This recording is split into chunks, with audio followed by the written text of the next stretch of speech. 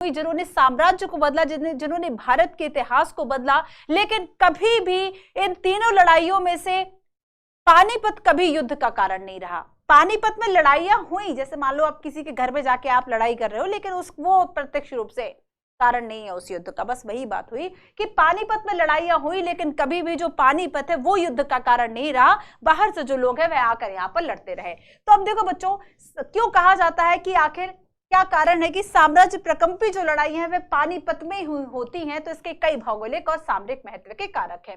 तो मैं आपको उन 3 युद्धों की बात करती हूँ कि आखिर क्यों ऐसा कहा। साम्राज्य प्रकंपी का मतलब क्या है कि जब बहुत बड़े लेवल पर साम्राज्य का बदलाव हुआ, भारत के इतिहास बदला, उसके वो जो लड़ाई है वो वहीं पे हुई।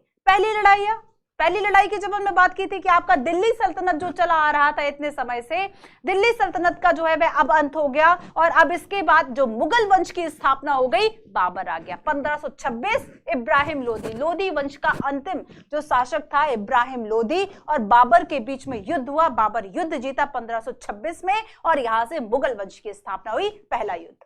बहुत सारे कारण थे, कभी पानीपत का युद्ध पढ़ेंगे हम, स्पेशली सारे युद्ध पढ़ेंगे। दूसरी जो लड़ाई होती है बच्चों, वह भी पहली लड़ाई हुई कि जब मुगल वंश की स्थापना हुई। दूसरी जो लड़ाई हुई इसमें मुगल वंश जो है वह और शक्तिशाली हुआ, और ये होती है अकबर के समय। लेकिन यहाँ पर अकबर छोटा था, इसलिए अकबर का जो संरक्षक था वह था बैरम खान।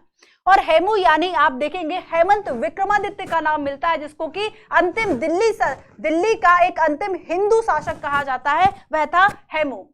ठीक है, तो बच्चों ये जो हेमू है और जो बैरम खान है, ठीक है, अकबर की ओर से बैरम खान संरक्षक था, अकबर छोटा था, 13-14 साल का। तो यहाँ पर ये दूसरी लड़ाई थी अफगान और मुगल के बीच में। तो अफगान सेना का नेतृत्व हेमू ने किया, और यहाँ पर मुगलों का नेतृत्व बैरम खान ने किया अकबर की ओर से। तो पहली लड़ाई का क्या परिणाम था?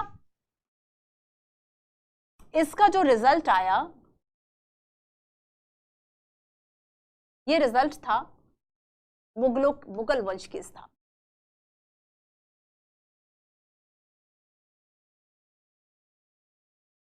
दूसरी जो लड़ाई हुई बच्चों, इसका जो रिजल्ट आया वो था मुगलों का शक्तिशाली होना। मतलब ये हम एक एक कीवर्ड में देख सकते हैं, मुगलों का जो शासन था वह और भी ज्यादा मजबूत हो गया। तीसरी जो लड़ाई है, तीसरी लड़ाई के बारे में कई बार क्वेश्चन जो आपने देखा होगा, भाई यूपीएससी कई बार हर जगह हर पानीपत के से क्वेश्चन आ चुका है। अब जानते हो तीसरी में क्या हुआ? तीसरी लड़ाई में कहते हैं कि कोई स्पष्ट रूप से भले विजय, जैसे अहमद शाह अब्दाली और मराठों के बीच में हुई तीसरी लड़ाई होती है। तीसरी लड़ाई के लिए पानीपत को लंबा इंतजार जो है वह करना पड़ा, और ये थी 1761 का समय। तीसरा युद्ध जो है बच्चों ये 1761 के समय में हुआ था।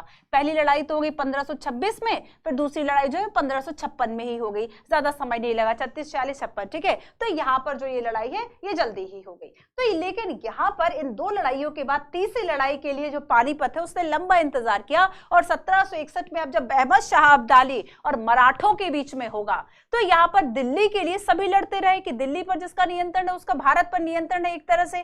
तो यहाँ पर बच्चों आगे क्या होता है कि अहमद शाह अब्दाली और मराठों के बीच में जब युद्ध हुआ, तो देखो इसमें कौन कौन जीतेगा मैं आपको बता देती हूँ। यहाँ पर जीता था बाबर, यहाँ पर जीते थे मुगल, ठीक है, और यहाँ पर जीता था अब्दाली, अहमद शाह अब्दाली।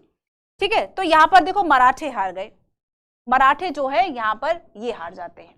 तो बच्चों यहाँ पर एक बात सुनो आप सभी कि जो पानीपत की तीसरी लड़ाई थी ना, ठीक है, यहाँ पर इसने ये तो बता दिया कि अब जो मराठे हैं वो अखिल भारतीय साम्राज्य का नेतृत्व नहीं कर सकते। मराठों के द्वारा एक बहुत शक्तिशाली जो सेना है साम्राज्य, उसकी भली तैयारी की गई होगी, काफी हद तक शक्तिशाली था, बहुत समय तक प्रभावशाली भी रहा, लेकिन